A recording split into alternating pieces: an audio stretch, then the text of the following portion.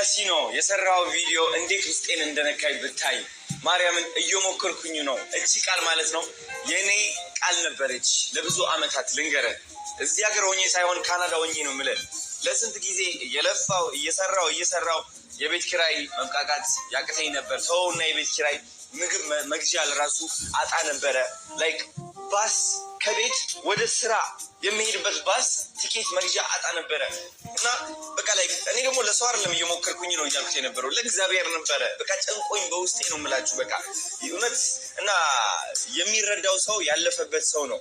ያለፈበት ሰው እቺ ቃል ምን ያህል የሁላችንም ቃል እንደሆነች ያውቃል። እና እግዚአብሔርን በጣም ጎበዝ ነህ። ይህ ቃል አስበህ ካራክተሩን ተላብሰህ መጥተህ እንደዛ ማሳየት ይህ ከድራማም በላይ ነው፣ ከቲክቶክ ቪዲዮም በላይ ነው። የብዙ ሰዎች ድብቅ የሆነ ስቃይ ነው ያወጣውና በጣም ኮርቼ ባህል ልልህ ፈልጋለሁ።